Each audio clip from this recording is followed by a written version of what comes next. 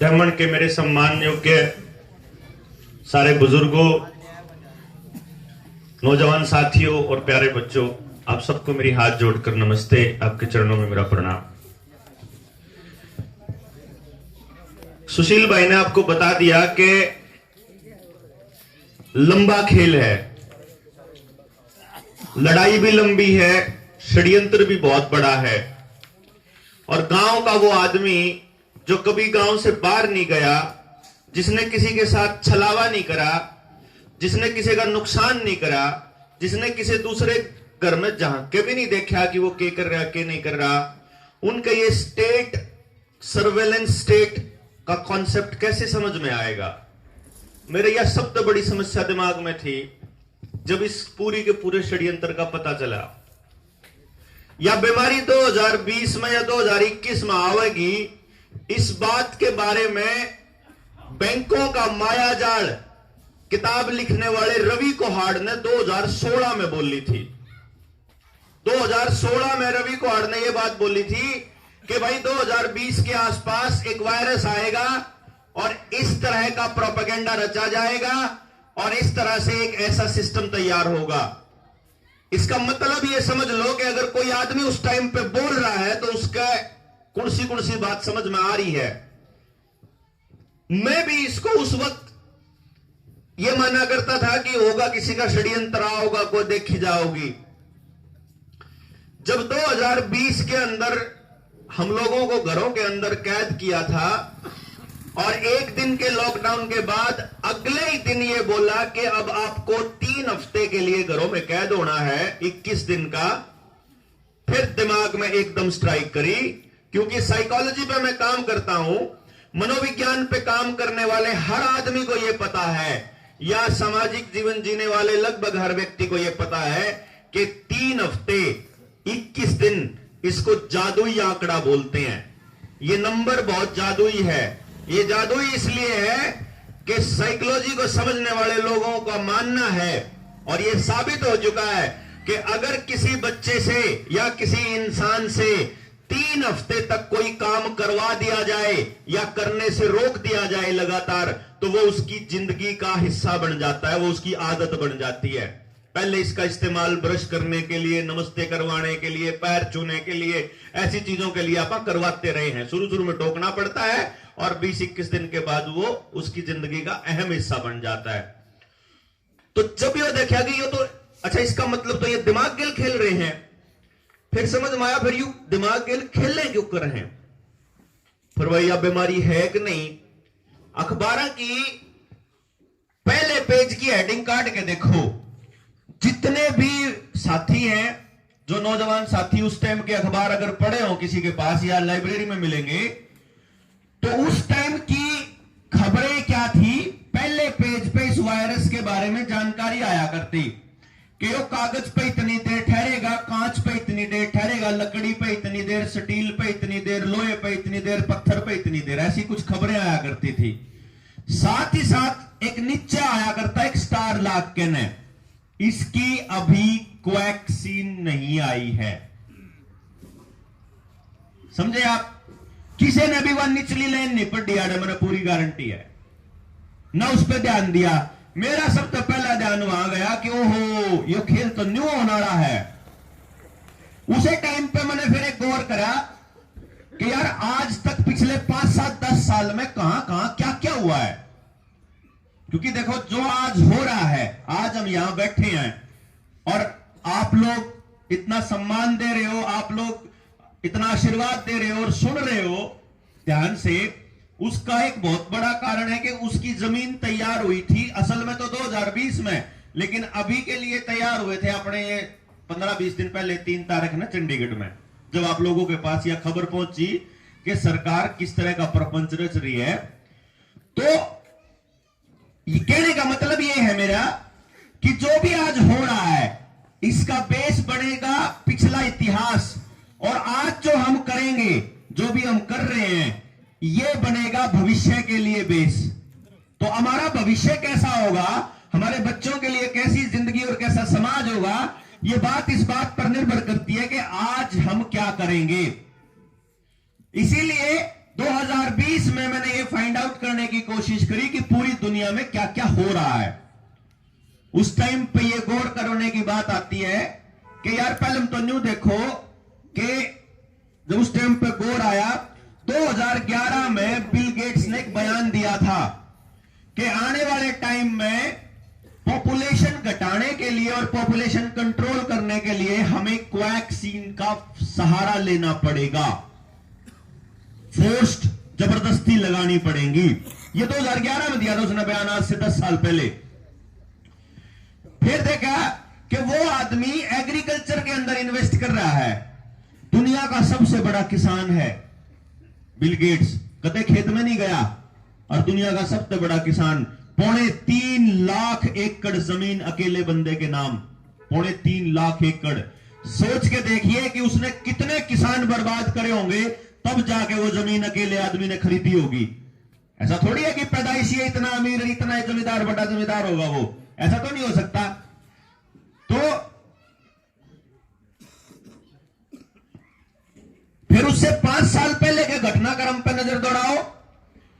भारत सरकार ने, इस मोदी सरकार ने प्लानिंग कमीशन को भंग किया।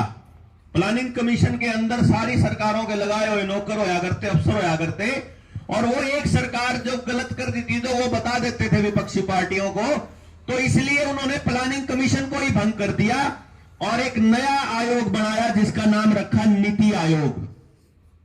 नीति आयोग बनाने के बाद नीति आयोग की 2016 की अपनी मीटिंग के अंदर, अपने भाषण के अंदर बिल गेट्स बोलता है कि आने वाले वक्त में भारत के लिए हम लोग फार्मिंग विदाउट फार्मर्स की टेक्नोलॉजी लाने वाले हैं। फार्मिंग विदाउट फार्मर यानी बिना किसान के खेती।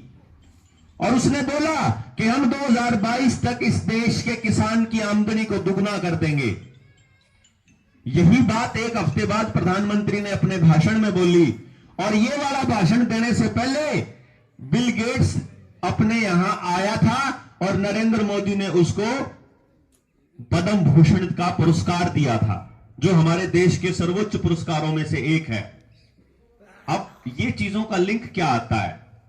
पद्म भूषण के बाद में ये बिल गेट का केरोड़ा है, या बात समझने के लिए थोड़ा गहराई में जाके देखा तो पता लग गया कि इस बिल गेट्स की गेल तो ममता बनर्जी भी मिल रही है, इस बिल गेट्स की गेला तो यो अपना केजरीवाल भी मिल रहा है, इस बिल गेट्स की गेल तो राहुल गांधी की मां सोनिया गांधी भी साथ में लग के काम कर रही है, इस गेल तो उद्धव ठाकरे भी काम करने लग रहा है, इस गेल तो हमारे चौटाला और हमारे उड्डा ये तो सारे काम करने लग रहे हैं।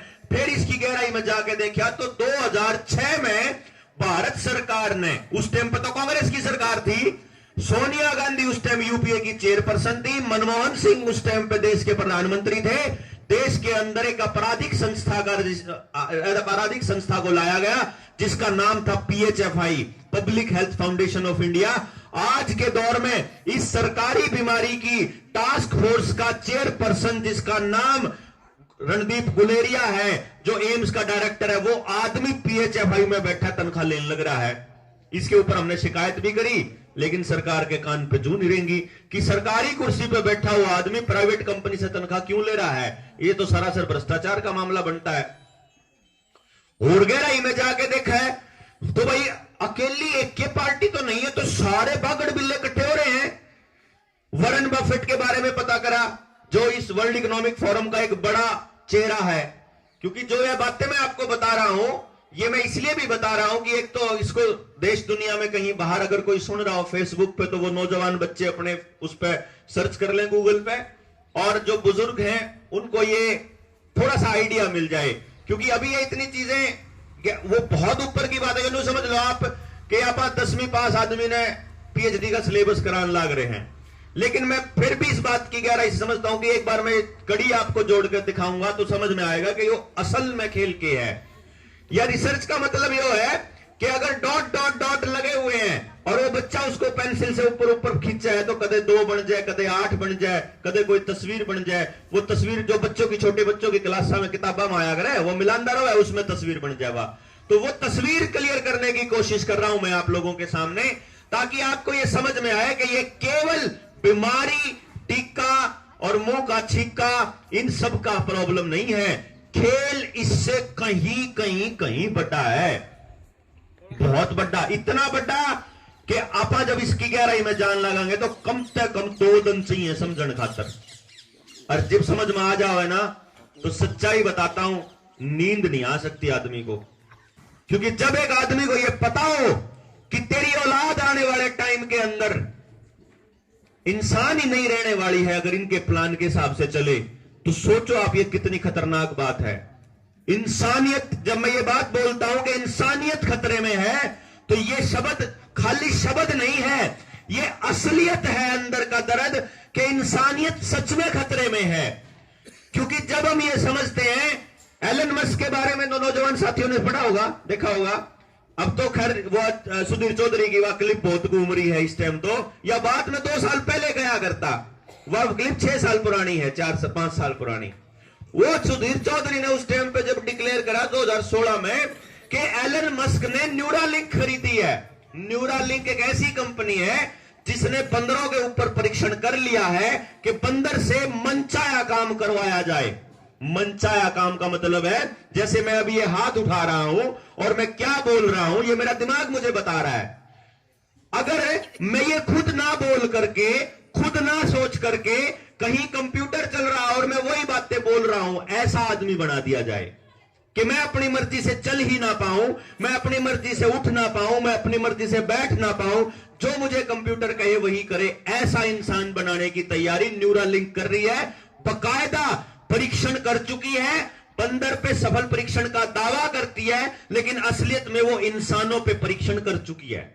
इंसानों को वो मतलब पहले से लैब रैट बना के काम कर रही थी, और जो ये आपके शरीर में केमिकल डाला जा रहा है, ये उसी कड़ी में अगला कदम है कि आने वाले वक्त में जो 5G आएगा, जो रेडिएशंस आएंगे, वो आपके शरीर को उसके साथ कैसे कनेक्ट करना है।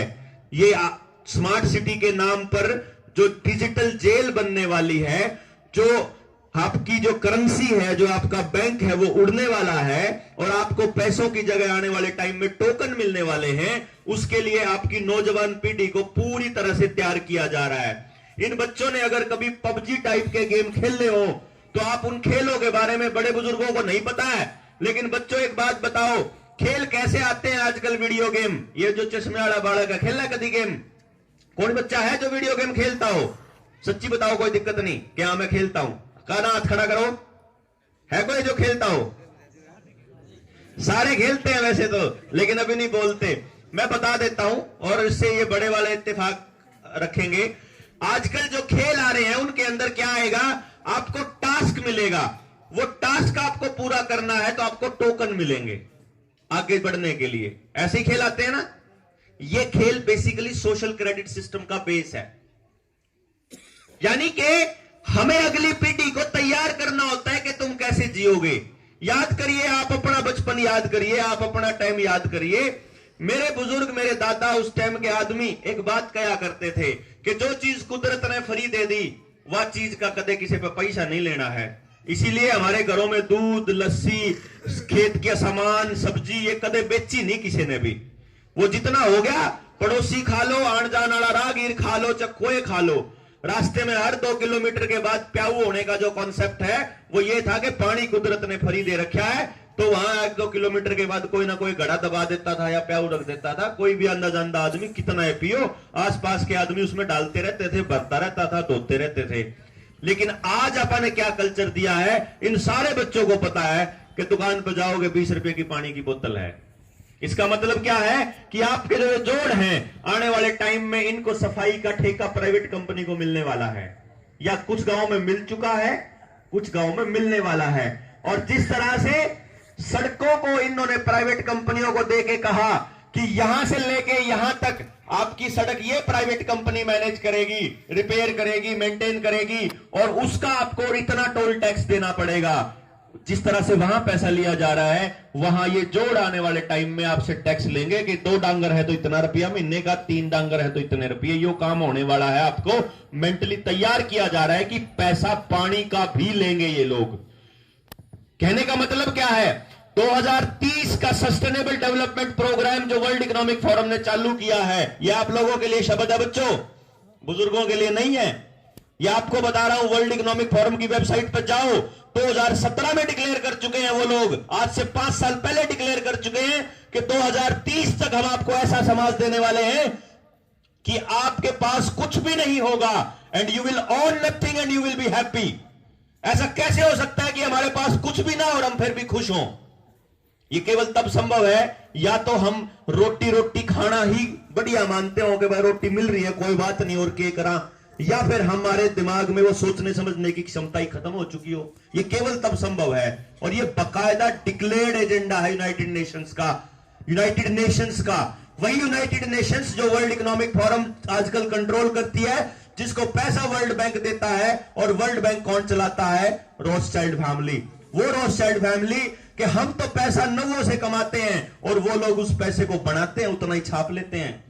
कहने का मतलब, एक रॉथस्चाइल्ड फैमिली होगी, एक रॉकेफेलर फैमिली, इसका खेल भी आपको समझना पड़ेगा। ये रॉकेफेलर फैमिली वो है जो 1970-75 के आसपास आपके गांव में घुसी थी, एक नाम लेकर के, जिसका नाम था हरित क्रांति। हरित क्रांति के नाम पे इन लोगों ने आपको बीज दिए, नए बीज कह करके, उन्नत बीज कह करके। असल में उन बीजों के अंदर कैंसर वाले और बीमार करने वाले सारे के सारे षड्यंत्र डाल करके आपके खेतों में पचा दिए। रही सही कसर पेस्टिसाइड ने निकाल दी, और उसके बाद आपको कहा गया कि ये वाला बीज अगर आप बोओगे तो फ्री मिलेगा। उस टाइम आपको फ्री दिया जाता था ना, सब्सिडी दिया करती थी सरकार। उसको बोने के ऊपर कीमत भी ज्यादा मिलती थी फसल में। इसका मतलब किसान को उत्साहित किया कि तुम ये बो। और यही कारण था कि 1990 तक पहुंचते पहुंचते जिस आदमी को 5, 7, 10 साल हो गए वो बीज वाला अनाज खाते हुए, उन लोगों को फिर heart attack, blood pressure, sugar और फिर ये बीमारियां, कैंसर जैसी बीमारियां होनी शुरू हुई। आप देखो ना, कैंसर पूरे देश के अंदर उन्हीं 2-4 जगह पे क्यों है जहां हरित क्रांति का दौर था। इस बात को समझने की बात है आपको कि केवल पंजाब से 2 ट्रेन चलती है, कैंसर ट्रेन जिनका नाम है। अपने यहां भी बकायदा जोन बने हुए हैं कि इस जोन में सबसे ज्यादा पेस्टिसाइड यूज होता है तो वहां सबसे ज्यादा कैंसर होता है। और इस बात को समझने की है, हरियाणा कैंसर में पहले नंबर पे आ गया है, सुशील भाई बता रहे। पंजाब होया करता, हरियाणा आ गया क्योंकि हरियाणा में पैदावार ज्यादा होने लगी। मतलब क्या है, कौन दे रहा है ये कैंसर अपने को? पता है आपको कौन दे रहा है? पेट्रोल डीजल के कुएं जिनके हैं, जो 250% टैक्स आप देने लग रहे हैं पेट्रोल डीजल पे, वो पेट्रोल डीजल के कुएं का मालिक रॉकेफेलर फैमिली। जब पेट्रोलियम को साफ करने के बाद, पेट्रोल डीजल मिट्टी का तेल निकालने के बाद जो बचता है, उन केमिकल से बनते हैं पेस्टिसाइड। उस पेस्टिसाइड इंडस्ट्री का मालिक रॉकेफेलर फैमिली। उस पेस्टिसाइड से बचने के बाद जो केमिकल बनते हैं, उनसे फिर वो दवाएं बनती हैं, और इस केमिकल खाने के बाद जो बीमारियां होती हैं नई नई, जिनसे हम पक्का श्योर अपनी उम्र से पहले मरते हैं, उन बीमारियों की दवाई बनाने वाली कंपनियों के मालिक भी रॉकेफेलर फैमिली।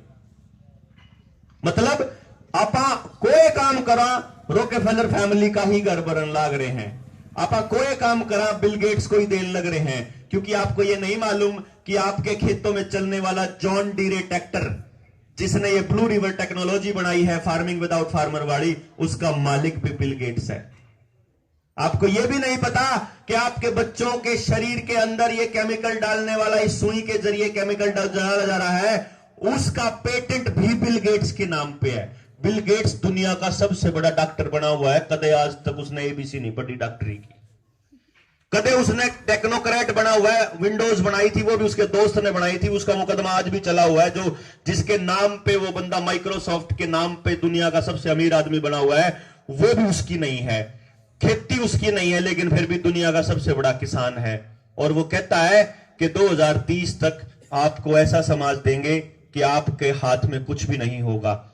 इसीलिए आपकी सारी चीजें महंगी की जा रही हैं, आपको बीमार किया जा रहा है, आपकी नसों में जहर घोला जा रहा है, आपकी कमाई को तोड़ा जा रहा है, छोटे दुकानदार को बर्बाद किया जा रहा है, आपके अंदर एक नया डर घुसाया जा रहा है। आपको पुलिस से डरना, आपको संस्था से डरना, आपको सरकारों से डरना। वो सरकारें जिनको ताकत हमने दी, वो पुलिस वाले जिनकी तनख्वाह हमारे टैक्स के पैसे चलती है, उन लोगों के आगे हम लोगों को गुलाम बना करके रख दिया इन लोगों ने। कारण क्या था?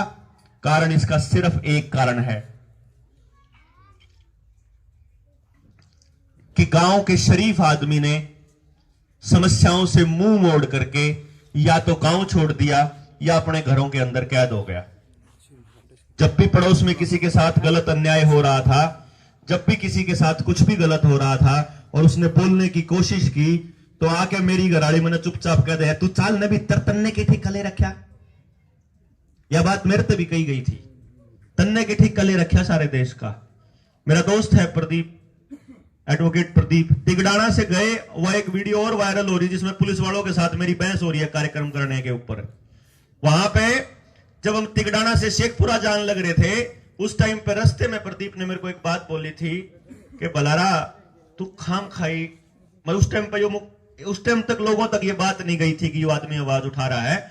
उससे पहले की बात बताऊं, मतलब मैंने खिजा सी करता, मखा यार देखिए इन लोगों ने न्यू भी कौन बेरा कि इनके बड़का खातर लड़न लाग रहा। हम हमने न्यू कह रहे हैं पागल फिर है, बेटू फिर है, खाम खाई काम धंधा छोड़ के ने मारे करके खुद न्यू कम है। तो वो न्यू कह रहा था तेरे क्या की बड़क है, न्यू तो बता दे तेरे के। मगर मेरे न्यू बड़क है, जय आपा मान ले मैं लाख एक आदमी बचा लिए नहीं, तो उन लाख एक आदमी के बीच में बैठ के मेरा छोरा सब आखिर में मरेगा। मेरा यह बड़क है भाई, एकला तो बचेगा तो एकला तो अपने कोई हो जाके कह दे चल भीतर बड़ भीतर। इब इकट्ठे हो गए, इब हम उस गांव में गए थे, कौन सा गांव था? बेरिया उड़ गए। उन लोगों ने तो अपना लट कर लिया बाहर, अपना स्कूल खोल लिया। आओ ये पुलिस वाला कोई हमारे स्कूल ने बंद करा के दिखाओ अपने बड़का खातर। तो गांव इकट्ठा था तो खोल लिया। एक मास्टर होता है एक दूसरे गांव में, कौन सा गांव था जिसमें मास्टर ने खोला था? विकास का दोस्त है, वो विकास का दोस्त है, उन्हें स्कूल खोल लिया। मास्टर ने अपने आप बिना गांव नाम से बात करे और उसके फ्लैंग आकर उसके फोटो खींच के चलान भेजेगी उसका, इस तरह की उसकी मान्यता रद्द कर देगी। गांव डाणी गोपाल में प्राइवेट स्कूल बंदे ने अपना स्कूल खोल लिया, उसकी तो फ्लैंग लेगी और उड़े गांव वाले बैठ बैठे चौकीदारी पे कि हमारे बालक भीतर पटल लाग रहे हैं, रोक के दिखाओ। यो फर्क है कट्ठे होने में, इकला चालन में। इसीलिए इसे भड़क में मैं फिरू था। तो वो जब न्यू कहता ना प्रदीप मिर्ती ने बोला यार खतरा तो तेरे कल्ले का मोल आ रहा है और फायदा होगा सारे का होगा, जुनसे खिलाफत में है उनका भी होगा। अरे होलेगा मनसा है तो होया फायदा के नुकसान है, मनने के नुकसान है। एक आदमी की बलि चढ़ते अगर जब बाकी बचते हो तो के नुकसान है? कोई बात नहीं भाई। मेरे तो अनुगंधा तू जिनके खिलाफ बात करने लग रहा है, जो मैंने यहाँ पे 3 नाम लिए हैं, रोथस्चाइल्ड फैमिली, रॉकेफेलर फैमिली और जो बिल गेट्स, दुनिया के सबसे बड़े अपराधी और सबसे ताकतवर घराने हैं ये, जिनके हाथ में ऐसे मुट्ठी में बिल गेट्स की मुट्ठी में राष्ट्रपति अमेरिका का भी, राष्ट्रपति पाकिस्तान का भी, भारत के सारे प्रधानमंत्री सारे मुख्यमंत्री उनकी मुट्ठी में, उन लोगों के खिलाफ आप बोलने लग रहे हैं। क्योंकि अपने को पिछले 50 सालों में समाज तोड़ के जिस तरह बर्बाद किया गया, अपना यह मानना है हम लोगों का कि इसी तरीके से इसी दिमाग के साथ अगर गांव के युवाओं को नहीं समझाया गया, अगर उनको यह बात गहराई से नहीं समझाई गई, तो अपना यह मान के बैठ जाएंगे कि यह लड़ाई सिर्फ किसी पॉलिटिक्स की, किसी पैसे की, किसी ताकत की या किसी इस सुई की टिक्के की लड़ाई है। टिक्के टक्के की लड़ाई नहीं है या ना, या टिक्के की बात है। या तो आप ईब विरोध कर देंगे तो सुप्रीम कोर्ट में सरकार ने हल्फनामा दे दिया भाई, या तो स्वैच्छिक के जिना लाना हो लाओ, दिखाने की जरूरत को नहीं, कह दिया ना उन्हें कल परसों कह दिया। ये बापा शांत हो जाओगे, अब ठीक होया बढ़िया होगा, ये जरूरत नहीं है। शांत होते ही मारे भर के घर बैठ जाएंगे, घर बैठते 10 दिन में फेरा लेंगे, बोला एक नए वायरस का नए वेरिएंट का कहर, फिर से लॉकडाउन। क्योंकि इनका प्लान 2030 तक का है, ये प्लान बंद नहीं होएगा। अभी 8 आने हैं आपके पास, 8 खुराक आनी है, जिन्हें 2 लुआ लियो कदे राजी हो रहे हो, और जिन्हें फर्जी सर्टिफिकेट बना लिया हो वह भी राजी हो रहे हैं। बोला मान ने तो लुआया भी नहीं और हम तो बच भी गए। उनके लिए बता देता हूं कि ये जो टेस्ट है ये इनवैलिड होने वाला है। एक नई विधि आने वाली है, दुकानों के बाहर सेंसर लगने वाले हैं, जिसके ने सर्टिफिकेट बना रखा है और उसको शरीर में वो मटेरियल नहीं मिला तो ऑन द स्पॉट डाला जाएगा। अगर आपने सुई से नहीं लिया तो आपकी सब्जियां जो बाजार से आएंगी उनके थ्रू डाला जाएगा स्पाइक प्रोटीन्स, ग्राफीन ऑक्साइड। यहां तक कि जो आप विटामिन की गोलियां खाते हो, जो आप कैल्शियम की गोलियां और विटामिन की गोलियां, उनमें डाला जाएगा कि ये तो खावे हैं, इन्हें तो फायदेमंद से, उनमें डाला जाएगा। आपको किसी ना किसी जरिए से आपके शरीर में वो डाला जाएगा, क्योंकि वही एकमात्र रास्ता बचता है आपको कंप्यूटर के साथ जोड़ने का। अब ये बात अपने बुजुर्गों के समझ में थोड़ी सी कम आओगी, लेकिन आप इस बात को ऐसे समझ लो कि 1980 में और 1990 में और 2000 में, यानी आज से 20 साल पहले, अगर कोई आप तो न्यू बता दंदा अगे कि ईसाई साथ जूत बरगा समान आ होगा जिसमें सारी चीज मुंह दिखा करेगा दूर बैठे आदमी का, तो आप न्यू कंधे भगावा है छोरा। लेकिन आज आप देखो हो अपनी अख्या के टेलीविजन इतने बड़े बड़े आया करते, जब वो न्यू कंधा का हाथ में टेलीविजन आ जाओगा तो आपका यकीन नहीं हुआ है। इसीलिए जो बात मैं आज आपको बता रहा हूं, इस पे यकीन आपको करना है। इसके लिए मैं आपको सबूत दूंगा लॉजिक के साथ। आप में से किस किस को स्मार्ट वॉच के बारे में पता है? अपने गांव वालों में हाथ उठा के बताओ, हाथ उठाओ, किस किस को मालूम है? ये बच्चे हैं, इनको मालूम है स्मार्ट वॉच के बारे में। वो छोटा सा बच्चा, उसको भी पता 10 साल का। अब आप ये सोचो स्मार्ट वॉच क्या काम करती है। मेरी बात बताना अगर ये झूठ है या गलत है भाई।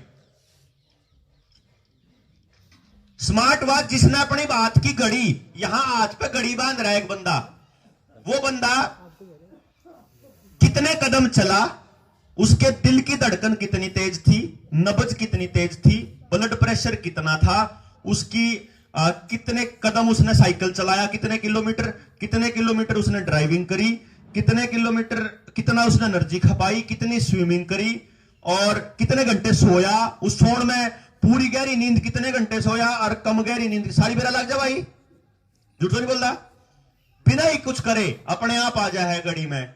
घड़ी में तो वो मोबाइल में भी आ जाए, और जो सी चीज मोबाइल में पड़ी हुआ अमेरिका भी चली जावा है। तो ये भी एक बात समझ लो, जो सी पैड़ी ऊपर जावे हैं वही पैड़ी तड़ावे हैं। तो जब अपने शरीर का डाटा अमेरिका जा सके है, तो अमेरिका तक कोई चीज शरीर का भीतर भी आ सके है। सिर्फ क्यों जी?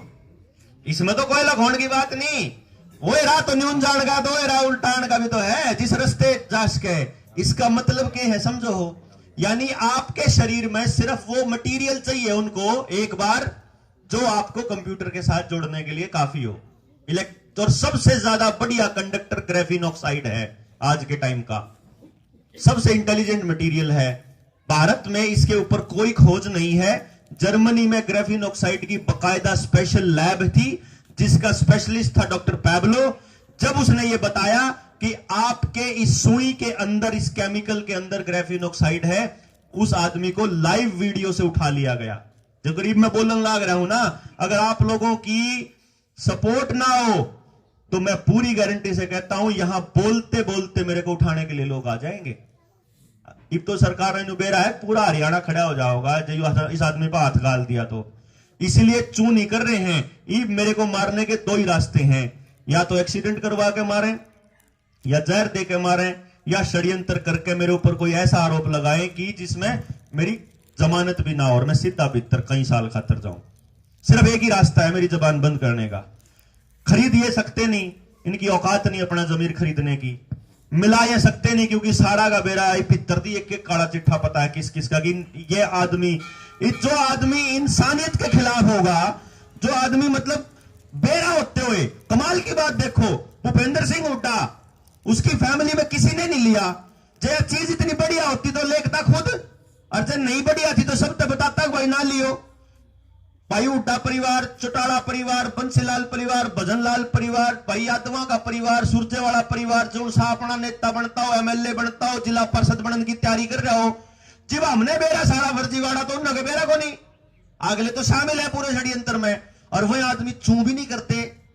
ऐसा भारत के छोड़ो दुनिया के इतिहास में पहली बार हो रहा है कि सारी पॉलिटिकल पार्टी एक भाषा बोल रही है, और ऊपर तक कॉमन सेंस की ऐसी तैसी कर दी। कॉमन सेंस की ऐसी तैसी कैसे कर दी? भाई मृत्यु न्यू कहा उसने कि भाई न्यू बताओ मृत्यु को क्या है, बोले तुमने पहली खुराक ले ली? मैं बोला ना, बोला क्या ते नीली मखन्यू बता क्या ते ले बोला इतने लोग ले लाग रहे ये गबाड़े हैं भाई बोले रशाने का इस बात से क्या संबंध है कितने लोगों ने लिया जय अगर सबता काम न्यू कहने लग जा अगर सूरज न्यून है और मन ने दिखन लाग रहा न्यून है मैं को ना काम के गेल लागू मैं तो न्यू कहूंगा न्यून है भाई तो इतने लोग न्यून कहे तो कहीं जाओ कोई चक्कर नहीं है बोले इतने काम ने ले लिए या इतने ने कहने के लिए तो बेचारे आंकड़े देने लाग रहे झूठे सच्चे आशा वर्कर न्यू कहे आगने आधार कार्ड दे दे ना लो अंदा हो तो कोई नहीं है आधार कार्ड दे दे मतलब अगली न्यू गंदी की लुआ ले न्यू का आधार कार्ड दे दे मैं आपको चढ़ा दूंगी स्कूल वाले भी आधार कार्ड में आपको चढ़ाने लग रहे क्योंकि ऊपर नरेंद्र मोदी ने बिल गेट्स को जवाब देना है कि अंकल जी इतने चढ़ लिए हैं इतना का ला दिए लाए हो ना लाए हो जवाब देना भाई और फिर न्यू कह दिया अगर राहुल गांधी बोला तो इसके नाश्ते पे लागेंगे इसलिए राहुल गांधी ने तीसरा तो ला दो न तीसरी ला देने सारे का देश का है क्यों टेंशन ले रहा है लोग मरन लाग रहे हमने बेरा लोगों का नुकसान हो लाग रहा हमने बेरा वो है फिर अरविंद केजरीवाल वो भी वही काम करने लाग रहा बोला जी कमनान की जरूरत को नहीं तारा करा गाड़ी आओगी ला जाओगी करा मतलब इतना जोर ला रहे हैं कि लाओ सारा के लाओ फटाफट सारा के मैंने को वो आशा वर्कर घर आके न्यू कहते नहीं कंदी अब चाचा तेरी पेंशन दवा दो अब चाचा तेरे गोड्या में दर्द है इसकी दवाई दे दूं तेरा कैंसर हो रहा है इसका इलाज फ्री कर दूं तेरी बहू प्रेग्नेंट है इसका इलाज फ्री करवा दो अस्पताल में उड़ा तो हमने रुपया इतने खर्च करने पड़ा प्राइवेट अस्पताल में और इसका तारा जाडा चढ़ रहा है कि तुम इसका इलाज करने लग रहे तक है फिर हम पूछा अगर भाई इससे इलाज हो जाओगा भाई तेनू बताओ पहली लाए पाछा दूसरी की जरूरत तो नहीं पड़ेगी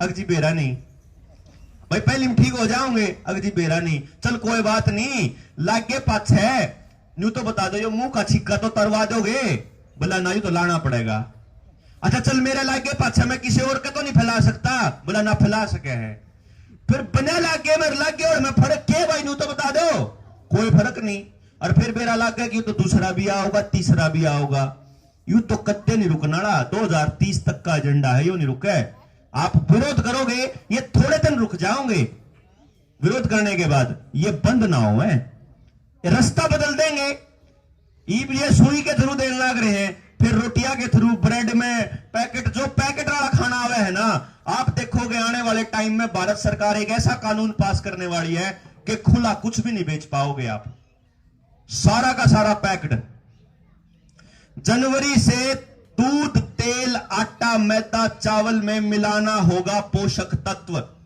पैकिंग में आने वाले 6 तरह के खाद्य पदार्थों में विटामिन आयरन और आयोडीन जैसे पोषक तत्व मिलाना अनिवार्य है ये दैनिक भास्कर की खबर दिखाई वही ने ये तो गेल की गेल होने लग रहा पैरेलल में उन्हें बेर आएंगे लोग ईब सुई में कौन लेंदे इन टाइप खाने वाले सामान में देना पड़ेगा इसका समाधान भी बताऊंगे पहला समाधान तो यो है जब सारा गांव मिलकर निर्णय लेता हो तो जितने दुकानदार पे पैकिंग वाला खाना है यो गांव में तो फेंक दो चाहे चिप्स कुरकुरे ये जो और जो बाजार का जो भी सामान है और जितना बिस्किट आते हैं जितनी भी पैकेट में आवे हैं ना वो सारी चीजों में मिलाना कंपलसरी करेंगे आने वाले टाइम में मैं आपको ये बताने लग रहा हूं सबसे पहला काम तो यह है कि फिलहाल जो है बाहर का कुछ नहीं खाना किसान अपना बनाया हुआ खाओगा जो कर पहले खाया करता दूसरा रास्ता है अपनी खेती को ऐसा करना है कि बाजार से बीज नहीं आएगा बाजार से दवाएं नहीं आएंगी पेस्टिसाइड नहीं आएंगी क्योंकि आपकी फसलों में जैसे हो रहा है आपके शरीर में भी वैसे ही होएगा फसलों में खेती करने वाले आदमी मेरे को बता दो कि एक बीमारी अगले साल दोबारा नहीं आती नई बीमारी ना आती हो तो बताओ हाँ जी ऐसे ही होगा ना आपको वो बीमारी नहीं आएगी अगली बार नई बीमारी आओगी ऐसे ही शरीर के साथ होने वाला है आपके एक बीमारी दोबारा नहीं आओगी जैसे फसलों के अंदर आपका बीज मार दिया बीज को बांझ कर दिया अब आप जो बीज बोते हो अगले साल कौन हुआ है पहले साल 40 मन हो गया उसे बीज ना दोबारा बोगे 10 मन भी ना हुआ है इसी से बना है जो गरीब छोड़ोगे ना खेती और अगली बार हो सके 2 इकट्ठे लगड़े ऐसा भी हो सके सार्थक हित में, लेकिन 2 साल बाद 30 साल बाद के इलाज होगा, के नतीजा होगा, उसके ऊपर अपने नौजवानों को बकायदा ट्रेनिंग देनी पड़ेगी। यो खेल इतना नहीं है कि चुट की बजाय उसका समाधान हो गया। समस्याएं निकालनी पड़ेंगी, उसके ऊपर ट्रेनिंग होगी, उसके ऊपर चर्चा होगी, फिर समस्या होगी, फिर चर्चा होगी, फिर समस्या होगी, फिर चर्चा होगी। काम डिसाइड करेगा करना क्या है। या बात देवेंद्र बलारा, सुशील या सरकार डिसाइड नहीं करेगी, कोई नहीं करेगा। गांव बताओगा कि हमने जहर खाना है कि नहीं खाना है, हम बताओगे। हमने जहर पीना है कि नहीं पीना है, लगवाना है कि नहीं लगवाना है, हम बताओगे। हमारे बच्चे कैसी पढ़ाई पढ़ेंगे, हम बताएंगे। अभी तक क्या हो रहा है, सरकार बता रही है कि आपके बच्चों को ऐसी पढ़ाई पढ़नी है जिसके अंदर आपके बच्चों को यह पढ़ाई पढ़नी है, इसके रट्टे मारने हैं, अपने दिमाग का इस्तेमाल नहीं करना, फिर पेपर देना है। और पेपर का हिसाब यह है कि चाहे 5,000 भर्ती हो तो 50 लाख बालक भी फार्म भरे हैं। फिर जब कोई सांग हो 50,000 5,000 जितनी भर्ती उस तो फालतू तो आप लगा ही नहीं सकते नौकरी। इसका मतलब क्या है कि आपके समाज के अंदर बच्चे को बच्चे का दुश्मन बनाने वाली शिक्षा है। या शिक्षा ऐसी करनी पड़ेगी कि हमारे 8वीं क्लास के बालक ने टेक्नोलॉजी का भी ज्ञान हो, और हमारे 10वीं क्लास का बालक अपनी चीजें भी ठीक कर ले, और 10वीं क्लास के बालक ने खेती भी आंधी हो करनी। 10वीं क्लास के बालक तक बेड़ा लाग जाना चाहिए गांव में कौन से बालक पे के टैलेंट है। मैं जो क्रांति चला रहा था ना इस बीमारी, फर्जी बीमारी से पहले, वह क्रांति थी मेरे पे एक टेक्नोलॉजी है जिसकी मदद से आप 3 साल के बालक का टैलेंट पता लगा इसका। हाँ कि भाई ये टैलेंट इस बालक में के टैलेंट है, ये साइंटिस्ट बनने के लिए पैदा हुआ है, खिलाड़ी बनने के लिए, आर्टिस्ट बनने के लिए, खेती करने के लिए, डांगरा का काम करने के लिए, किसमें किस काम में इसने मजा होगा वो काम करने के लिए पैदा हो रहा है। तो मैं उस क्रांति के लिए निकला हुआ था कि गांव बचा लो अपने। उस टाइम पे लोगों को अपने बच्चों के लिए इतना खतरा समझ में नहीं आ रहा था, तो मैंने सुनने वाले बहुत थोड़े लोग थे। समझ में आया करता लेकिन लोग मानने को तैयार नहीं थे। उन्हें पता नहीं था कि आने वाले वक्त में आप सच्ची में बर्बाद होने वाले हो। अब रियल में फील होने लग गया उनको कि हम सच में होने लगे हैं। अब लोगों को समझ में भी आ रहा है। इसके 2 तरीके थे उस टाइम पे भी अपने काम करने के, कि चाहे किसी ने अपने बालक खातर पता करना हो, मेरा जो क्लाइंट है वो बाहर से आता था, तो चाहे किसी ने अपने बच्चे के लिए पता करना हो कि मेरे बालक में क्या टैलेंट है, तो मेरी 2 साल की वेटिंग थी अपॉइंटमेंट की। एक आदमी से मिलने के लिए 2 साल की वेटिंग, और 1.25 लाख रुपया में लिया करता एक बच्चे का। अब गांव राम का आदमी तो नहीं दे सकता, अमीर आदमी तो पे कर दे हैं। तो हमने गांव के लिए एक मॉडल बनाया था कि आप अपने गांव का युवा दो मेरे को, मैं उसको अपने पूरे 19 साल का तजुर्बा और उसको टेक्नोलॉजी की ट्रेनिंग दूंगा। उसकी मदद से आप अपने पूरे गांव के बच्चों के बारे में एक ऐसे एजुकेशन सिस्टम का निर्माण कर सकते हो कि आपको खेती करने वाले बालक भी खूब मिलेंगे, टेक्नोलॉजी वाले भी, बिजनेस करने वाले भी, सारे मिल जाएंगे। तो अपने गांव और आसपास में अपनी जरूरत की सारी चीजों का निर्माण आप खुद कर सकते हैं। यह था। तो उसमें मेरी ट्रेनिंग, टेक्नोलॉजी और टाइम, 3 चीज फ्री ऑफ कॉस्ट थी। कोई पैसा नहीं लूंगा गांव से, गांव के लिए कोई पैसा नहीं, ना लूंगा ना दूंगा। पैसे का कोई हमारे बीच कोई डीलिंग नहीं होगी कभी भी, लेकिन ज्ञान की होगी कि जो मन ने पता वो तामी बताओगे, जो ताम ने पता वो मर्ती बता दे रहो। इस तरीके से आपका ज्ञानवर्धन और मेरा ज्ञानवर्धन दोनों का होता रहेगा। फिर हमने सुशील भाई मिल गए, ये आयुर्वेद पे काम कर रहे हैं लगातार। ये उन बच्चों को आयुर्वेद की ट्रेनिंग दे देंगे कि गांव में किसी का बुखार हो जाए, दूसरी बीमारी हो जाए, और बात हो दूसरी भी और जितनी भी टाइप की, उन सारी बीमारियों का इलाज आप अपने गांव के अंदर ही कैसे करोगे, गांव में वो जड़ी बूटियां हम कैसे लगा सकते हैं। उसके बाद ऑर्गेनिक खेती पे काम करने वाला अपना सुनील शर्मा है, और लोग काम कर लग रहे, हमारा भाई भी काम कर लग रहा ऑर्गेनिक खेती पे पहले है। आप ये देखो कि ऑर्गेनिक खेती पे काम करने वाले बहुत सारे लोग हैं, जैसे प्रकाश पोरे हैं मुंबई में, मैं उनके पास गया था स्पेशल। उनके पास किसान की लगभग हर समस्या का समाधान पड़ा है। तो उनसे मिलकर मैंने कहा कि मेरे को हरियाणा में भी अपने किसानों के लिए शुरू करना है। तो बोला तैयार है आप बता दियो, आपके किसानों को आप ट्रेनिंग देने भी आ जाएंगे, मगर आपकी बात ट्रेनिंग नए बच्चों को देनी है, क्योंकि आगे नस्ल ही न संभालनी है आने वाले टाइम में। तो इनके पास पूरा ज्ञान हो, तो आप अपनी शिक्षा, अपनी हेल्थ, अपनी खेती, अपने डांगर, अपना समाज, अपनी न्याय व्यवस्था और अपना भाईचारा, इसका इकट्ठा मेलजोल करके किस तरह का समाज निर्माण करना चाहते हैं, उसके लिए आज चर्चा करनी पड़ेगी। फिर उस पर काम करना पड़ेगा, और फिर उस पर लगातार मंथन के साथ अपने आगे बढ़ना पड़ेगा। क्योंकि अगर बंद कर दिया अपने काम करना और सोचना बंद कर दिया और चर्चा बंद कर दी, यही कारण था अपने देश की बर्बादी का। अपने समाज की बर्बादी का। इन लोगों ने प्लान करके बर्बाद किया, तो अपने आप ठीक कैसे हो जाएगा? प्लान करके ही सुधारना पड़ेगा इसके अंदर। तो सारी चीजों के अंदर एक एक चीज पर चर्चा करनी पड़ेगी, चर्चा लंबी चल सकती है उसके अंदर। तो आप जैसे गांव के दौरे हो रहे हैं, इसमें ऐसा संभव नहीं है। तो इसका हमने तरीका यह निकाला था कि अभी बहुत जल्दी अगले हफ्ते तक हम इनवाइट करेंगे आपके गांव के बच्चों को। आप अपना गांव इकट्ठा करके, और कोई भी 10 बच्चे, जैसे अलग अलग गलियों से अगर हो सके तो बहुत बढ़िया बात है, सारे गांव में फैल लो बालक हो, 10 या 20 बच्चे हम जहां बुलाएंगे 2 दिन के लिए ट्रेनिंग के लिए आ जाओ। हम आपको सारी चीजों की ट्रेनिंग दे देंगे, आपको एक वीडियो भी दे देंगे जो पेन ड्राइव के अंदर, लंबी वीडियो 2 4 5 4, वो आप अपनी 2 जगह बना दो, एक जेंट्स के लिए चौपाल में जैसे, और लेडीज के लिए बना दो एक जगह, कि वहां वो चलती रहे, जिस पे जिस टाइम वो आके समझ लो ये षड्यंत्र पूरा का पूरा। क्योंकि पूरा षड्यंत्र समझने के लिए 5-7 घंटे का टाइम आप लोगों के पास होना चाहिए। सबके पास आप जा भी नहीं सकते, फिर पूरी बात बता नहीं सकते।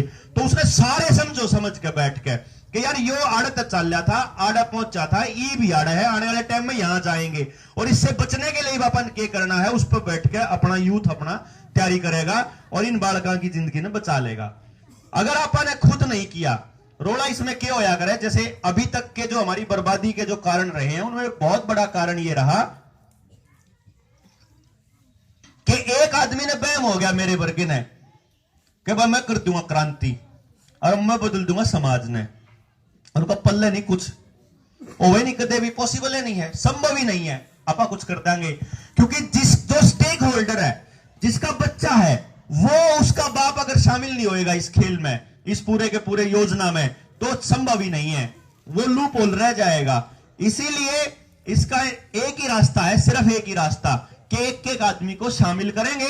जो आदमी शामिल नहीं होगा उसके लिए बाकी के लोग प्रयास करेंगे। भाई कोई बात नहीं, कोई आदमी बीजेपी का है, कोई आदमी कांग्रेस का है, कोई चौटाला का है, हम उसके बालक का भी करांगे, कोई टेंशन को नहीं, आपा कौन छोड़ दे उसके बालक ने। तो इस तरीके से गांव के लोग मिलकर के डिसाइड करेंगे, और कभी भी किसी भी एक आदमी को इतनी ताकत नहीं देंगे कि वो आदमी आपको गलत रास्ते पे लेके जा सके। मान लो बाय चांस आपने देवेंद्र बलारा को इतना मजबूत बना दिया कि आप उसके एक इशारे पे कुछ भी करने को तैयार हो जाएं, तो फिर वो आदमी आपको बेच के जाएगा, कति पक्की बात है। कोई हो चाहे वो, मैं भी हूं, चाहे इंसान हूं, लालच, डर, परिवार, ताकत, पावर, सरकार, विधानसभा, लोकसभा, मेरा क्या का लालच आ जाए आदमी में। आज तो क्रांतिकारी बात कर रहा है, कल न बेच जाऊंगा, कह दूंगा मीठी मीठी बात लग जाऊंगा, कल न करने, फिर क्या होगा, फिर गिर जाओगे, फिर वही बात, अब सारे चोर हैं।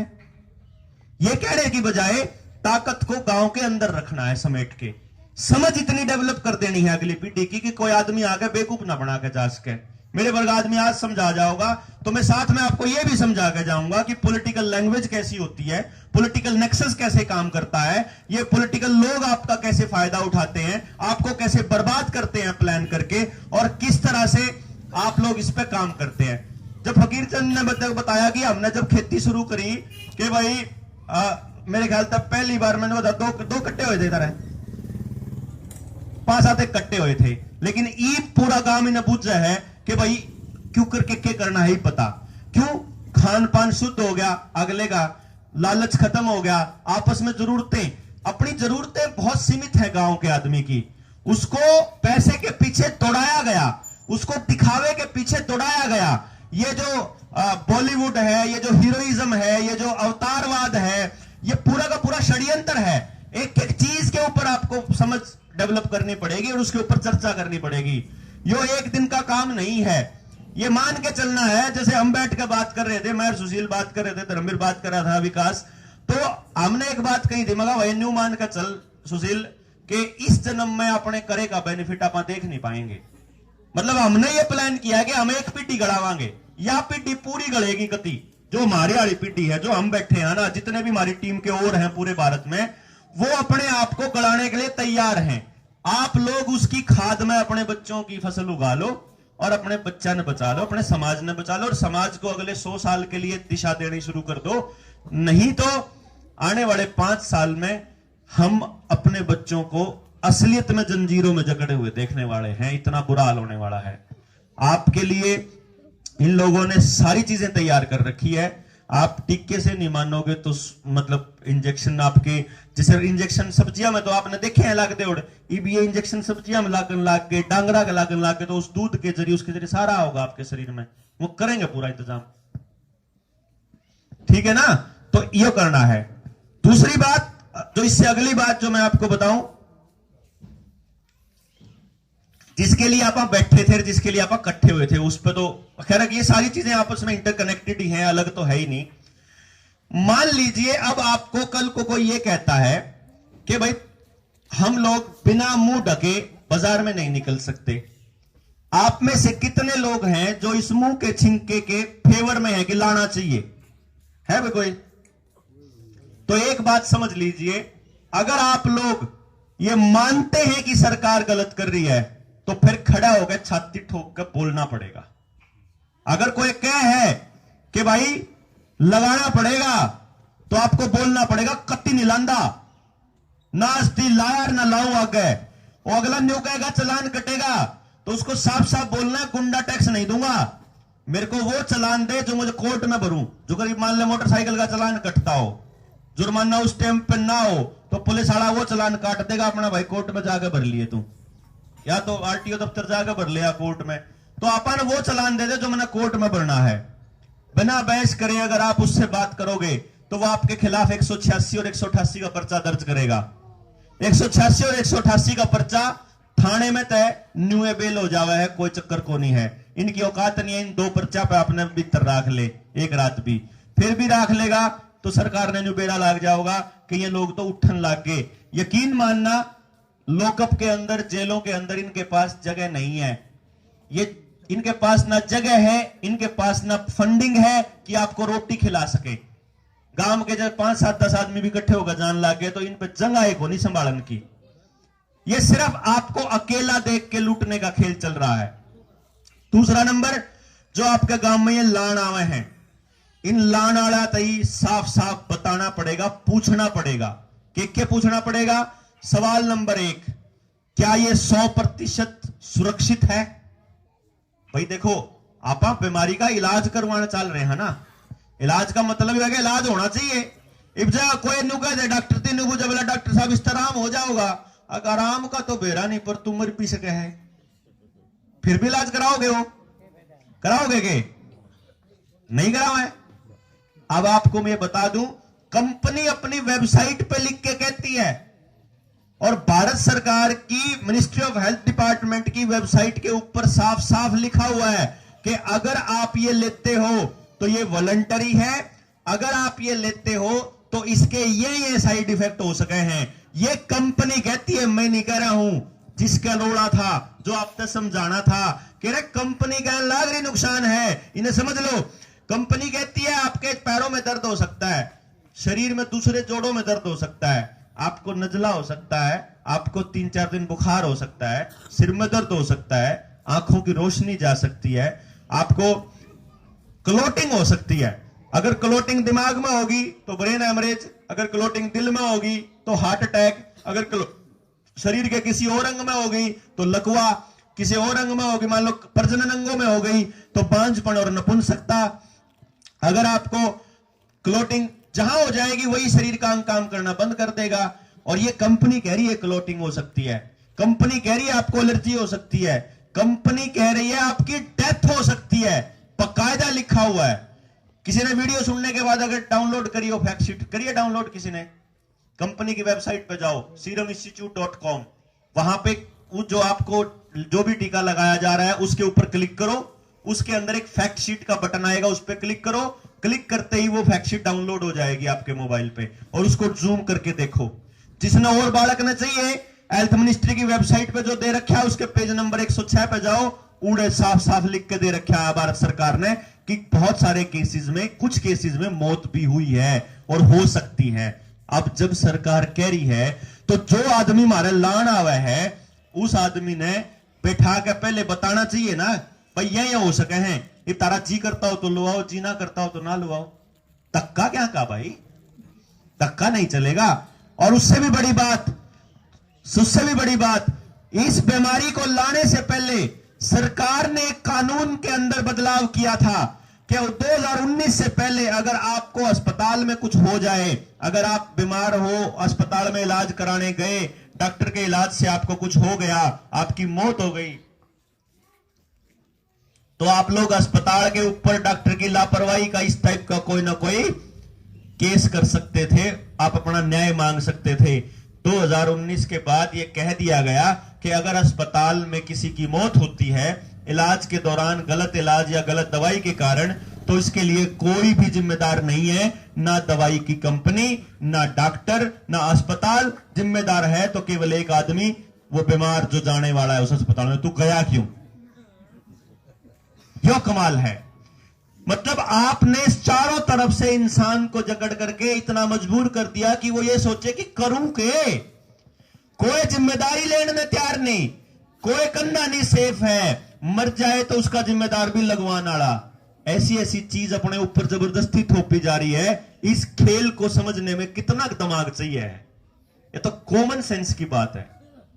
इसके लिए अपने को यह कहने की जरूरत नहीं है कि आपने लगवानी है कि नहीं लगवानी, ये तो बात आपके बीच में रखनी जरूरी है। छोटे बालक का 18 साल तक कम उम्र के किसी बच्चे को अगर लगाई जाती है तो होना तो यह चाहिए कि मां बाप को वो टीचर बुलाए, वो फैक्ट शीट उसको निकाल के दिखाए कि भाइयों कंपनी कहती है कि ये चीज नुकसान हो सकते हैं, भारत सरकार कह रही है ये नुकसान हो सकते हैं, इब जिन्हें लुवाना अपने बालक का लुवा लो, जिन्हें ना लुवाना ना लुवाओ। और ये कर रहे हैं न्यू कि तुमने पेपर नहीं देने देवांगे, तुमने फार्म नहीं भरने देवांगे। या धक्काशाही क्या के नाम की भाई, इस धक्काशाही के खिलाफ बोल रहे हैं आप। इस धक्काशाही के खिलाफ बोलना पड़ेगा आपको। हाँ जी, स्कूल बंद करने के पीछे भी बहुत बड़ा षड्यंत्र है। आपके बच्चे स्कूल नहीं जाएंगे तो आप ये समझ लेना कि कम से कम उनकी पीढ़ी, पूरी की पूरी पीढ़ी 15 साल पीछे चली जाएगी। आप सोचो, जो बच्चा आज से 2 साल पहले 8वीं क्लास में था, वो 2024 के अंदर 18 साल का हो जाएगा, वोटर बन जाएगा। 4 साल तक स्कूल बंद, स्कूलों के अंदर जो कदे समाज में नहीं गया, जो कदे स्कूल में नहीं गया, जिसने कुछ नई चीज नहीं सीखी, जिसने मोबाइल पे या तो अश्लील साहित्य पढ़ा या अश्लील वीडियो देखी या वीडियो गेम खेले या सरकार का नफरत भरा एजेंडा देखा हो, वो आदमी बड़ा होकर आतंकी बनेगा, समझदार नागरिक बनेगा। समझ लो, पूरी की पूरी पीढ़ी को बर्बाद करने का षड्यंत्र है। ये कदम सोच रहे हो। और ये स्कूल नहीं खुलने वाले 2030 तक। 2030 तक का मतलब है पूरा सत्यानाश। ऊपर ले डालेंगे इतने, किसी का कैंसर हो गया, किसी का हार्ट अटैक हो गया, किसी का ब्रेन हेमरेज हो गया, क्योंकि तीसरी ले लेंगे, फिर चौथी ले लेंगे, फिर 5वीं ले लेंगे, फिर हो जाएगा काम। उन्होंने तो नहीं सोचा था कि इन निमटांदे जाओगे, धीरे धीरे करके ऊपर लाना है। पहले हम कहोगे भाई 65 तो ऊपर आला का तो हो जावा है, फिर कहेंगे 50 तो ऊपर आला का तो हो जावा है, फिर कहेंगे 40 आला का भी होने लग गए, फिर भाई 25 आला का भी होने लग गए। 5 टन के बालक का ब्रेन हेमरेज, 7 टन के बच्चे का हार्ट अटैक, ये होने लग रहे हैं जिनकी माया ने प्रेगनेंसी में ले रखी है या खुराक। हाँ, और उसके बाद आपको बताएंगे क्या, ये क्या बताएंगे बोला, बालक का होएगा तो साइड इफेक्ट, और बताएंगे क्या बोला, चाइना से नपुंसक करने वाला वायरस लीक हो गया, अपने को कैंसर तो होएगा इस सामान से जो ये आपके शरीर में डालने लग रहे हैं। और कहेंगे क्या कि भारत का आदमी ना खुला दूध पीता है, खुला सामान खाता है, इसीलिए उसको ना 2025 तक कैंसर हो जाएगा 75% पॉपुलेशन को। इनके पास ये आंकड़े पहले से तैयार है। आपके बच्चों को जो इनके साइड इफेक्ट होने वाले हैं, उनके लिए एक नया वायरस ले आएंगे। अब आपको समझना है कि टेलीविजन जो आपको प्योर प्रोपेगेंडा चलाता है, टेलीविजन के मालिक कौन है आज के टाइम में? देश की मैक्सिमम जो बड़े जो संस्थान है मीडिया के, उनके मालिक इस टाइम अंबानी या अडानी है, और दोनों की कंपनियों के अंदर इन्वेस्टमेंट बिल गेट्स की है। अल जजीरा जैसे, बीबीसी जैसे संस्थानों के अंदर भी बिल गेट्स की इन्वेस्टमेंट है। तो आप ये समझ लेना कि टेलीविजन पे जो चल रहा है वो प्योर वही चल रहा है जो ये आपके दिमाग में फिट करना चाहते हैं। तो बचने के तरीकों में एक तरीका यह भी है कि गांव बैठ करके अपना निर्णय लेगा, गांव बैठ करके अपनी पंचायत करेगा और यह निर्णय लेगा कि हम लोग ना तो पैकेट वाला सामान खाएंगे, ना बाजार का सामान खाएंगे, ना बड़ी कंपनी का सामान खाएंगे। जिस कंपनी का विज्ञापन टेलीविजन में आ रहा है उसी कंपनी के विज्ञापन पे उसी कंपनी पे कांटा मारेंगे। और आने वाले वक्त में अगर हो सके तो टेलीविजन ने, केबल ने, इंटरनेट की इसने जयराम जी की कह दो। टेलीविजन का जितना जल्दी विरोध हो सकता है, टेलीविजन का जितना जल्दी बहिष्कार हो सकता है, उतना बढ़िया। आपको यह करना ही होगा एक दिन, मैं बता रहा हूं आपको। मांग रहे हैं, वो चीज मांगते इसलिए, वो दिमाग कंट्रोल। आप सोचिए कि कंपनी को 10 सेकंड की वेबसाइट वो बनानी पड़ती है एडवर्टाइजमेंट, और 10 सेकंड की वो एडवर्टाइजमेंट या 30 सेकंड की एडवर्टाइजमेंट वो बार बार दिखाते हैं आपको। ये साइकोलॉजिकल इंपैक्ट होता है कि किसी आदमी को बार बार वो चीज बोली जाए तो उसको लगता है यार ठीक के कह रहा होगा जब इतना पीछे लाए है तो। इसलिए अब जैसे आप देखिए, हमारे ये बात क्या समझ में आई, ये बातें इसलिए समझ में आई कि हमारे घर में टेलीविजन को नहीं, तो हम जो भी नॉलेज लेते हैं वो किताब से लेते हैं। दोनों में फर्क बताता हूं। उसे फिल्म की कहानी पढ़ोगे या उसे फिल्म ने टेलीविजन में देखोगे। टेलीविजन में देखेंगे तो हमें लगेगा ऐसे ही होता होगा, और अखबार में पढ़ेंगे या फिर हम किताब में पढ़ेंगे तो अपनी मर्जी से सोचने की ताकत पैदा होती है। तो बच्चों को किताबों से दूर करके टेलीविजन या स्क्रीन और मोबाइल के साथ जोड़ना, यह इतना बड़ा खेल है कि उस माइंड कंट्रोल का पेटेंट भी बिल गेट्स के नाम पे है। प्लान्ड है, यह पूरा प्लान्ड स्ट्रेटजी है आपके बच्चों की कंप्लीट बर्बादी, हेल्थ की बर्बादी, परिवार की बर्बादी, पैसे की बर्बादी। आंखें खराब होने लग रही, दिमाग सोचने लायक नहीं रहेगा, इरिटेशन बढ़ जाएगी, गुस्सा बढ़ जाएगा, बात नहीं मानेगा। आने वाले टाइम में सबसे बड़ा आतंकी बनेगा वो बच्चा जो मोबाइल के साथ जुड़ा हुआ है, गारंटी से कहता हूं। वही रेपिस्ट बनेगा, वही बच्चा गुंडा बनेगा, वही। उसको गेम में क्या है, बंदूक ही तो चल रही है गेम में, और क्या चल रहा है भाई? बंदूक चल रही, लठ बाज रहे, नए नए हथियार आने लग रहे गेम में, यही तो है और क्या है। यानी कि पूरी के पूरी जुड़ से जिनकी आंख दिखते बच जाएंगे उन आतंकी बना देंगे, उनके दिमाग में कबाड़ा आ जाएगा। ये इसीलिए इसके ऊपर लंबा बैठने की जरूरत है, एक एक चीज पर चर्चा करने के लिए। तो आप लोगों में से अगर आप लोग इकट्ठे होते हैं, गांव इकट्ठा होता है और इस दिशा में कुछ कदम उठाते हैं, फिर कल को ट्रेनिंग की भी वीडियोज आपके पास आ जाएंगी। जो लोग यहां जुड़े हुए हैं उन लोगों के पास पता लग जाएगा और वो आपके पास पहुंच जाएंगी। और आप अपने बच्चों को आप भेजेंगे, जब जहां भी हम लोग इनवाइट करते हैं तो 10-10 बच्चे, 20-20 बच्चे अगर ट्रेनिंग ले लेते हैं तो जिसका एजुकेशन में इंटरेस्ट है वो एजुकेशन की ले लेगा, जिसका एग्रीकल्चर पे है वो उसकी ले लेगा, और फिर वो गली गली में अपना ट्रेनिंग कैंप चला। यानी कि ये इस तरह से चलाना पड़ेगा कि ये क्रांति अब की बार सड़कों पर होने वाली नहीं होगी। इसको हम ऐसा मानते हैं कि अब की बार की क्रांति ना तो आपके बालकों की जान को खतरे में डालना है, ना आपके बच्चों को आपका पैसा बर्बाद करना है। ये वाली क्रांति दिमाग से लड़ी जाएगी, ये वाली क्रांति घर बैठे लड़ी जाएगी, ये वाली क्रांति यहीं से होगी। आने वाले टाइम में एजुकेशन भी सुधरेगी, रोजगार का भी इंतजाम होगा, हेल्थ का भी होगा, खेती का भी होगा, जमीन भी बचेगी, किसान भी बचेगा, उसके बच्चे भी बचेंगे। इसी उम्मीद में कि आप लोग इस पूरे के पूरे मिशन में आगे आकर के एक साथ देंगे। देखो, तो मेन बात ये है कि जो हमने ये कहा कि कोई भी डिब्बा बंद पैकेट वाला सामान नहीं खाना, इससे कोई भी दुकानदार भाई नाराज होने की जरूरत नहीं है। हम तो ये कह रहे हैं कि मान लीजिए आपके गांव में बिस्कुट की जरूरत है तो वो बाहर से लेके आए, जरूरत नहीं है आपके गांव के 2 लोग या 2 बच्चों को ट्रेनिंग देके वो बिस्कुट आपके गांव में भी बन सकते हैं। उसमें ये तो रहेगा कि फलाने के लड़के ने बनाए, कुछ गलत नहीं दिया होगा। हम कोई व्यक्ति ये सोचे जी हम तो पेस्टिसाइड की दुकान करके बैठे हैं, हमारा नाश करेंगे, नहीं। इन दवाइयों की जगह पे बिना पेस्टिसाइड की आजकल ऐसी दवाइयां भी आ रही हैं जो मतलब जो खेती को नुकसान नहीं करती। हमारा मकसद किसी की दुकान बर्बाद करने का नहीं है। हम ये कह रहे हैं कि आपको अपने काम की चीज अपने गांव में बनानी पड़ेगी। मान लीजिए आपके गांव में टूथपेस्ट बिकता है, आप एक चीज बताइए, सारे सियाणे हो, कोई आदमी टूथपेस्ट खावा है? आप मत है, ईमानदारी से बताओ, खावा कोई? लेकिन एक बात बताओ, जो चीज मुंह में चली गई, सल्फास की गोली जीभ का एक बार लाकर छोड़ दी, वो आदमी मरेगा, बचा तो नहीं का। मतलब जो चीज जीभ पर लगेगी वो भीतर जाओगी। लेकिन इस टीवी ने इतना बुद्धि दिमाग खराब कर दिया, अपने लगा आप कोलगेट खा नहीं रहे, आप कर रहे हैं। जो चीज खाने की नहीं है, आपने मेरा चीज खाने की नहीं है, आप फिर भी कोई एक टाइम कोई 2 टाइम थी खान लग रहे, गलत तो नहीं कर रहा। उस पर जाकर देखो लिख रखे है सोडियम लोरेट सल्फेट जैसे केमिकल जो सीधे सीधे कैंसर कारक। आपने सारी चीज समझनी पड़ेगी। साबुन की बात बताओ मैंने, किसी आदमी का एलर्जी हो जाए डॉक्टर सबसे पहले साबुन बंद करेगा, गलत तो नहीं कर रहा। लेकिन उतिया पर रोज लान लग रहे, वो केमिकल पीछे बर्बाद शरीर बर्बाद। अगर आपने कोलगेट पहली बात तो करनी क्यों, अरे आयुर्वेद में 16 तरह की दंदन बताई, नीम की, बड़की, अर्जुन की, अमरूद की, किस मौसम में किसने करनी, किस बालक ने किसने करनी, बुद्धि बढ़ाना तक कौन सी दंदन करनी।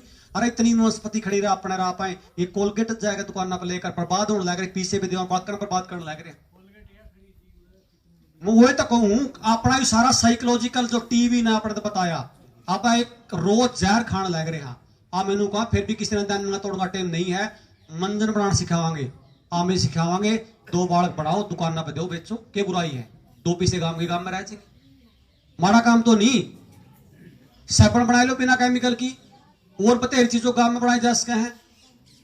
हमारा कहने का मतलब इतना है, किसी की दुकान खराब करने का हमारा मतलब नहीं। हाँ मैनू कहा हाँ एक और काम करना पड़ेगा, ठीक है बुजुर्ग हैं, खाप पंचायत थी, लेकिन भी युवा ने दोबारा खाप पंचायत में गाना पड़ेगा। एक बात मैंने बताओ, गरीब का ब्याह में भी आज चाटा में भी जे कोल्ड ड्रिंक्स जे पेप्सी नहीं आवे उसकी बेइज्जती में नहीं जावे, लोगों कड़े पहुंच गया पा कुकर बच जाएंगे पा। पेप्सी कोका कोला आज ब्याह में जाटा का टाइम में भी गर्मी का टाइम में चाहे गरीब ने ब्याह करना पड़े तो धरना पड़े, उसकी बेइज्जती करते लोग। बेइज्जती किसका है पेप्सी कोका कोला, कौन है लोग, कौन है रहा जो इस देश में जिस पाकिस्तान तरह गड़ाने लग रहे, ये वह है जिसकी डॉक्टर देवेंद्र बलारा बात करे, उनकी सारी कंपनी उनकी है। कौन करे, कौन फैसले ले होगा। और आज गांव में पानी होंगे सुंदे, ब्याह में बिस्लरी के पानी रहे, गांव में पानी को नहीं गए, लेकिन उसकी बेइज्जती लाग गए लोग करने, जे नहीं देवा तो डांट लाग गए सोमान खड़े होकर खाप पंचायत बना के इन पर पाबंदी लानी पड़ेगी, पाबंदी। अपन सारी गाड़ दे या किसान आंदोलन में डाणी बाणी दे, और डाणी बाणी दे गाड़ देने लग रहे हैं, पर अपन में रिफाइंड में जलेबी सब्जी छोकने लग रहे डाणी की, क्या पुनर पड़ लें डाणी का भाई, उसका उड़ा तेल खाने लग रहे, उस गाड़ देने लग रहे। अरे ब्याह में सरसम होने लगे, सरसम तेल में बना लो, क्या बनाना अपना ही सरसम बुनिया, अपना काटनिया, अपना पिछड़ी वाला अपना ब्याह में ला लो, क्यों जाओ भाई अंबानी अंबानी तो रहा। यह लड़ाई है जो जिसता पर जीत कहां, दूसरी आप इतने ताकतवर हैं भाई, मसल देंगे मसल। इनकी पीसा की सप्लाई तोड़नी पड़ेगी, जो पीसा गांव में इन पर जाने लग रहे उसकी सप्लाई तोड़नी पड़ेगी। आपने सारे ने आपको जरूरत की चीज आपके गांव में बनानी पड़ेगी और अपना आपसदारी बेचनी पड़ेगी।